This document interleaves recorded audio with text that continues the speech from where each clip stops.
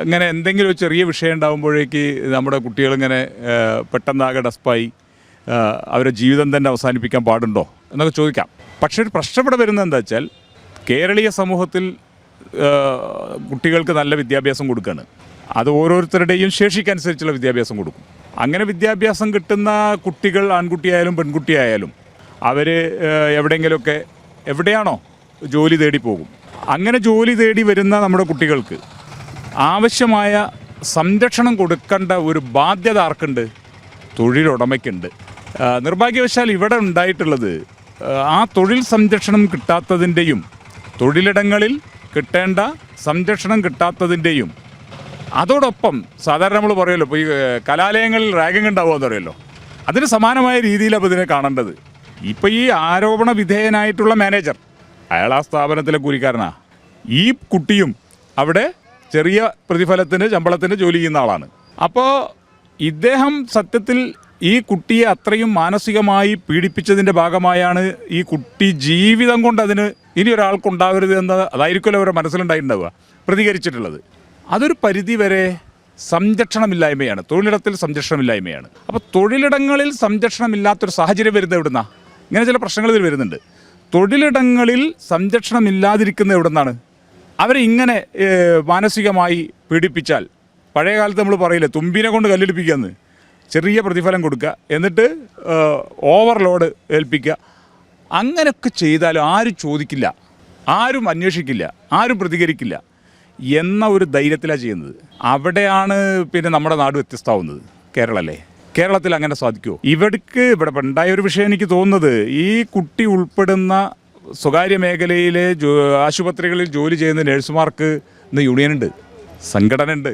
നമ്മൾ പെട്ടെന്ന് സമൂഹം പറയാറുണ്ട്, ഇപ്പോൾ ഞങ്ങളെക്കുറിച്ചൊക്കെ പറയുന്ന ഒരു കാര്യമാണ്, നിങ്ങൾ എവിടെയും 10 ആൾ ജോലിക്ക് കയറി ഞങ്ങൾ അവരെ സംഘടിപ്പിക്കും, യൂണിയൻ ഉണ്ടാക്കും, സംഘടന ഉണ്ടാക്കും. ഞാൻ പറയുന്നത് അങ്ങനൊരു യൂണിയനിൽ ആ കുട്ടി ഉണ്ടായിരുന്നുവെങ്കിൽ, അങ്ങനൊരു സംഘടനയിൽ അംഗമായിരുന്നുവെങ്കിൽ ആ കുട്ടിക്കിന്ന് ജീവിതം കൊണ്ട് ഇവരോട് പ്രതികരിക്കേണ്ടി വരുമായിരുന്നില്ല. ആ കുട്ടി സംരക്ഷിക്കപ്പെടുമായിരുന്നു. ആ കുട്ടിക്ക് ഇങ്ങനെ മാനസികമായ പീഡനം ഏറ്റുവാങ്ങേണ്ടി വരുമ്പോൾ ഉടനെ തന്നെ പ്രതികരിക്കാൻ ആളുണ്ടാകുമായിരുന്നു. ഇതെന്താ വെച്ചാൽ ആരുടെയും ശ്രദ്ധയിൽപ്പെട്ടില്ല, ആരോടും ഇത് ഷെയർ ചെയ്തില്ല. മാനേജ്മെൻറ്റിൻ്റെ ഭാഗത്ത് നിന്ന് പിന്നെ ഇവർ ഇതറിഞ്ഞുകൊണ്ട് കൂട്ടുനിന്നിട്ടുണ്ടോ? അതൊക്കെ ഇനി വരാൻ പോകുന്ന കാര്യങ്ങളാണ്. അതോ അല്ല മാനേജ്മെൻറ്റ് പൂർണ്ണമായും ഇവനിലങ്ങ് ഏൽപ്പിച്ചിട്ട് ഈ ജീവനക്കാരെ എല്ലാം പിന്നെ പരമാവധി ചൂഷണം ചെയ്ത് അങ്ങനെ മാനേജ്മെൻറ്റ് കാശുണ്ടാക്കി കൊടുക്കണോ? അതൊക്കെ വരട്ടെ. താങ്കൾ കുറ്റപ്പുറത്തുകാരനാണ്. ഇതിന് മുൻപ് അമാന ആശുപത്രിയുമായി ബന്ധപ്പെട്ടുള്ള വിവാദങ്ങൾക്ക് താങ്കൾ ശ്രദ്ധയിൽപ്പെട്ടു? ഈ നമ്മുടെ ഒരു പ്രശ്നം എന്താ വെച്ചാൽ, ഈ സ്വകാര്യ മേഖലയിൽ രണ്ട് കാറ്റഗറിയാണല്ലോ നമ്മുടെ സ്റ്റേറ്റിലുള്ളത്. ഒന്ന് സർക്കാർ മേഖലയ്ക്കകത്തും സ്വകാര്യ മേഖലയ്ക്കകത്തും. സർക്കാർ മേഖലയ്ക്കകത്തൊരു ചെറുതുണ്ടായാൽ അതിനങ്ങ് പർവ്വതീകരിക്കും. സ്വകാര്യ മേഖലയിലുള്ള ആശുപത്രികളിൽ ഉണ്ടാകുന്ന വിഷയങ്ങൾ വരുന്ന സമയത്ത് അതൊന്നോ 2 ദിവസം കത്തി നിൽക്കും, പിന്നെ അങ്ങ് അവസാനിക്കും. ഇങ്ങനെയുള്ളതിൻ്റെ ഒരു രീതി. അതിൻ്റെ ഒരു പറയുമ്പോൾ എങ്ങനെ പറയാമെന്ന് വെച്ചിട്ടുണ്ടെന്നുണ്ടെങ്കിൽ, സർക്കാർ മേഖലയിൽ ഞങ്ങളുടെ അവകാശമല്ലേ എന്നാ ചോദ്യം. മറ്റതും അതെ, ഇത് രണ്ടും സേവന മേഖലയാണ്. അല്ലെങ്കിൽ ഇതിന് വാണിജ്യ കേന്ദ്രമായിട്ട് കണ്ടാൽ പോരെ, വ്യാപാര കേന്ദ്രമായിട്ട് കണ്ടാൽ പോരെ. ഇവർ അങ്ങത്തെടുക്കുന്നത് വ്യാപാരി വ്യവസായി ഏകോപന സമിതിയിലല്ലല്ലോ. ഇവരൊക്കെ അറിയപ്പെടുന്നത് ആശുപത്രിയാണ്, സേവന മേഖലയാണ്. ആ സേവന മേഖലയിൽ നിൽക്കുന്ന ഒരു സ്ഥാപനം എന്നുള്ള നിലയിൽ സമൂഹത്തിന് അവരിൽ നിന്ന് അർഹതപ്പെട്ട സേവനം കിട്ടണം. അതിനുള്ള പ്രതിഫലം അവർ വാങ്ങുന്നുണ്ട്, അത് ന്യായവും അന്യായവുമായത് വാങ്ങുന്നുണ്ട്. ആ സേവനം കിട്ടാതെ വരുന്നതിൻ്റെ ഭാഗമായി ഉണ്ടാകുന്ന പ്രശ്നങ്ങളാണ് അവിടെ ഉണ്ടായിട്ടുള്ളത്. ഒറ്റപ്പെട്ടത് നേരത്തെ ഉണ്ട്. ആ സമയത്തൊക്കെ പിന്നെ പൊതുസമൂഹം അതിൽ ഇടപെട്ടിട്ടുണ്ട്, ആവർത്തിക്കാതിരിക്കാൻ ആവശ്യമായ ശ്രദ്ധയിൽ കൊണ്ടുവന്നിട്ടുണ്ട്. ഇത് പക്ഷേ വല്ലാതൊരു ഷോക്കായി മാറുന്ന ഒരു ചെറിയ പെൺകുട്ടി, അവൾ വലിയ പ്രതീക്ഷ. എന്തിനാ ഇവരുടെ അടുത്തൊക്കെ വന്ന് ജോലി ചെയ്യുന്നത്? സത്യത്തിൽ ഞാൻ പലപ്പോഴും ശ്രദ്ധിച്ചിട്ടുണ്ട്, ഈ ചെറിയ പ്രതിഫലത്തിന് ഈ കുട്ടികൾ വന്ന് ജോലി ചെയ്യുന്നത് എന്തിനാ? അവരോട് ചോദിച്ചാൽ അവർ പറയും, ഞങ്ങളൊരു 2-3 കൊല്ലം ഇവിടെ ജോലി ചെയ്ത് ഒരു സർട്ടിഫിക്കറ്റ് വാങ്ങി വേറെ വിദേശത്ത് എവിടെയെങ്കിലും പോകുക എന്നുള്ള പ്രതീക്ഷയോടെയാണ്. വലിയ വലിയ സ്വകാര്യ ആശുപത്രികളിൽ ജോലി ചെയ്യുന്ന കുട്ടികൾ പറയുന്നുണ്ട്. ഏത് കഴിഞ്ഞിട്ട്? ഈ ജനറൽ നഴ്സിംഗ് അല്ല, ഡിഗ്രി കഴിഞ്ഞിട്ട് BSc നഴ്സിംഗ് കഴിഞ്ഞ കുട്ടികൾ തന്നെ അടക്കം പറയുന്നുണ്ട്. എത്രയുള്ള സാലറി എന്നൊക്കെ ചോദിച്ചാൽ അവർ പറയും. അപ്പോൾ നമ്മൾ അവരോട് ചോദിക്കും, നിങ്ങൾക്ക് ഈ കോഴ്സ് കഴിയാൻ എത്ര രൂപ ചിലവുണ്ടെന്നൊക്കെ ചോദിച്ചാൽ അവർ പറയും, ഞങ്ങൾ ഈ എക്സ്പീരിയൻസ് സർട്ടിഫിക്കറ്റ് അത് കിട്ടില്ല എന്ന് വന്നപ്പോൾ ഈ കുട്ടിയുടെ മനസ്സിൽ തോന്നുകയാണ്, ഞാൻ എന്തിന് പിന്നെ ഈ 2-3 വർഷം ഈ ത്യാഗം സഹിച്ചു? അത് അനുവദിക്കാൻ കഴിയില്ല. അത് നാളെ DYFI സമരം മുഖത്ത് ഇറങ്ങുകയാണ്. എന്താണ് നിഷ്പക്ഷമായ ഒരു അന്വേഷണം വേണമെന്ന് ഞങ്ങളിപ്പോൾ എടുക്കുന്നത്. ഇതിൽ ഈ പോലീസിനോട് ഞങ്ങൾ ആവശ്യപ്പെടുന്നത്, ഇതിൽ അന്വേഷണം നടക്കട്ടെ. പോലീസ് കൃത്യമായി അന്വേഷിക്കട്ടെ. ഇവിടെ ഒരു പ്രശ്നം എന്താണെന്ന് വെച്ചാൽ ഞങ്ങൾ കാണുന്നൊരു വിഷയം, ഈ കുട്ടിയുടെ മരണവുമായി ബന്ധപ്പെട്ട് ഒരേ തരത്തിലാണ് സഹപ്രവർത്തകരാകെ പ്രതികരിക്കുന്നത്. പോയവരും ഹോസ്പിറ്റലിൽ വിട്ടുപോയവരും ഹോസ്പിറ്റലിനകത്ത് നിൽക്കുന്നവരും വളരെ സീനിയറായി. ആ ആശുപത്രി എനിക്ക് തോന്നുന്നത് 2005 മറ്റോ ആയിരിക്കും, അത് 10 തോന്നുന്നുണ്ട്, അങ്ങനെ എന്തോ ആണത് തുടങ്ങിയത്. 15 വർഷമായിട്ട് ഹോസ്പിറ്റൽ തുടങ്ങിയിട്ട്. ആ ഹോസ്പിറ്റൽ തുടങ്ങിയ അന്ന് മുതലുള്ളവരടക്കം ഹോസ്പിറ്റൽ വിട്ട് പോയിട്ടുണ്ട്. ഇപ്പോൾ ഞാനിപ്പോൾ കഴിഞ്ഞ ദിവസമാണ് അങ്ങനെ ചില ആളുകൾ വിളിച്ചു, അപ്പോൾ നിങ്ങളിപ്പോൾ അവിടെ ഇല്ലയെന്ന് ചോദിച്ചു. ഞാൻ ഇല്ല, ഞങ്ങൾ ഹോസ്പിറ്റലിൽ പോകുന്നല്ലോ. അപ്പോൾ എന്തേ കാരണം? അപ്പോൾ പറയുന്നത് ഇദ്ദേഹത്തിൻ്റെ സഹിക്കാൻ വയ്യാത്തതുകൊണ്ടാണ്. അങ്ങനെ വന്നാൽ സ്വാഭാവികമായും മാനേജ്മെൻറ്റ് അത് കൺട്രോൾ ചെയ്യുന്നില്ല എന്നുണ്ടെങ്കിൽ അവിടെ സമൂഹത്തിന് ഇടപെടാൻ ബാധ്യതയുണ്ട്. ആശുപത്രി അതൊക്കെ സസ്പെൻഡ് ചെയ്തു എന്ന് പറയുന്നു. സ്വാഭാവികമായും അതുകൊണ്ട് പ്രശ്നം തീരുന്നില്ലല്ലോ. സസ്പെൻഡ് ചെയ്തത് മാനേജ്മെൻറ്റ് ഒരു ബാധ്യത തീർക്കല്ലേ, അതുകൊണ്ട് കാര്യമില്ല. മാനേജ്മെൻറ്റ് ഇടപെടുകയാണെന്നുണ്ടെങ്കിൽ നേരത്തെ ചെയ്യേണ്ടിയിരുന്നു, എന്നാൽ ഇത് സംഭവിക്കുമായിരുന്നില്ല.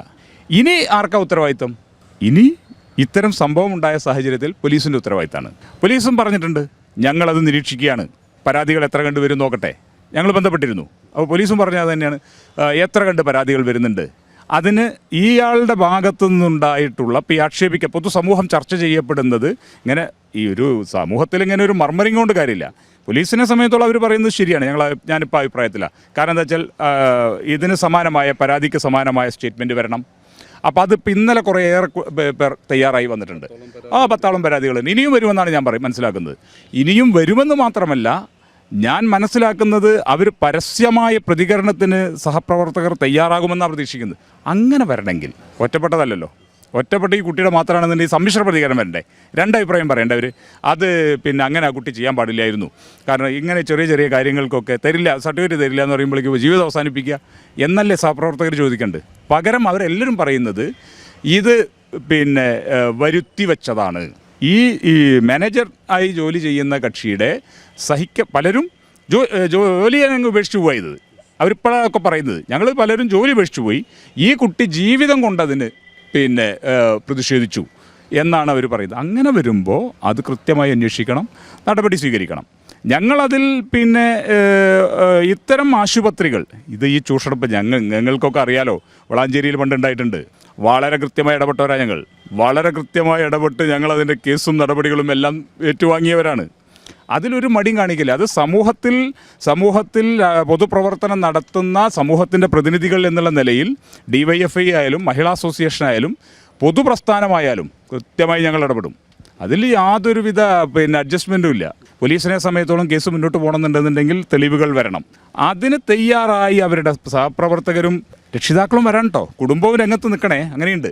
കാരണം സ്വാഭാവികമായിട്ടും ഇതിൽ ഏറ്റവും ആദ്യത്തെ ഉത്തരവാദിത്വം കുടുംബത്തിനാണ്. ഞാൻ മനസ്സിലാക്കുന്നത് ഇപ്പോൾ അവരൊരു ഷോക്കിലായിരിക്കും സ്വാഭാവികമായും.